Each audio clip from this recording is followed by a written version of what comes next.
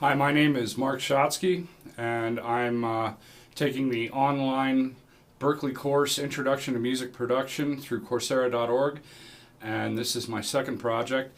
And today I'm going to teach the basics of preparing a project in Pro Tools, creating tracks, setting up your click, and recording an audio track. So before I record anything, I started by creating a new file in my DAW, which is Pro Tools 10, and I set my sample rate at 48 kilohertz instead of 44.1 because a lot of videographers and other people like to use 48 kilohertz, so that'll make it easier to work with them if I needed to. And then secondly, I set my bit depth at 24-bit, and even though compact discs only run at 16-bit, the 24-bit gives me a wider dynamic range, which will allow me to record at lower levels and still get a good quality recording. And by doing that, I can much more easily avoid any kind of digital clipping or distortion. I saved the file as a broadcast wave file in interleaved format, and I made sure to name it so that it would be easy to find and format. Okay, and once I set it up, first thing I did was I went ahead and created a stereo instrument track and recorded a few measures of drums. And then I bounced that down to a stereo audio track so that I could set my buffer at 128, not have any instruments or plugins running, and keep my latency at a low level to make it easier for me to get a good performance when I record my guitar track.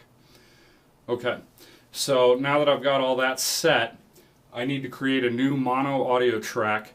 And I'm going to go ahead and record with a SM57, which I actually have in a separate room in a separate speaker cabinet, so I can record with my studio monitors without having to worry about any feedback through the microphone.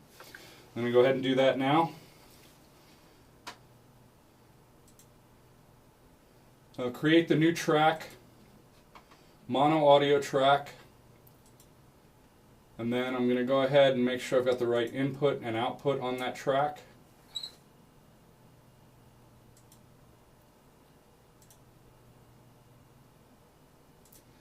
Then the next thing I'm going to do before I do anything else is make sure I name the track. And this serves the purpose of basically when it saves the track, if I don't have it named, it'll save it as audio 1. And then if I keep tracking audio 2, audio 3, and it'll be very difficult to find the tracks in the future.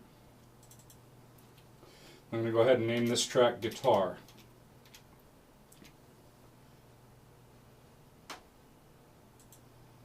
Okay, now that I've got the track saved, I'm going to go ahead and switch to the edit window so that I can see my drum track as I record along with it. I've got a 2-bar count off set up with a click track for when I record. So now I'm going to go ahead and record enable and then bring up my preamp so I can hear and double check my levels. So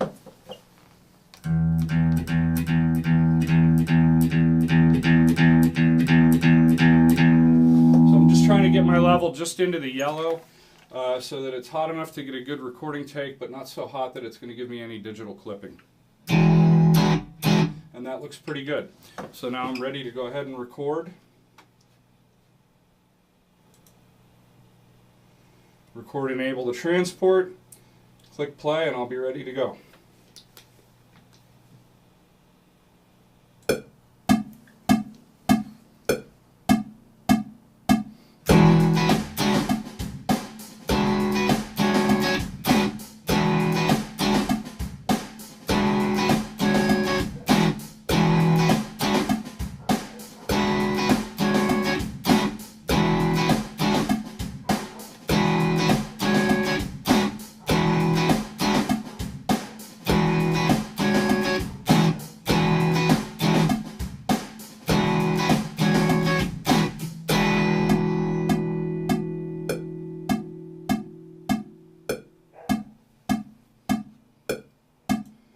Okay, so now I've got a take. I can turn off the record enable, go ahead and listen back to it.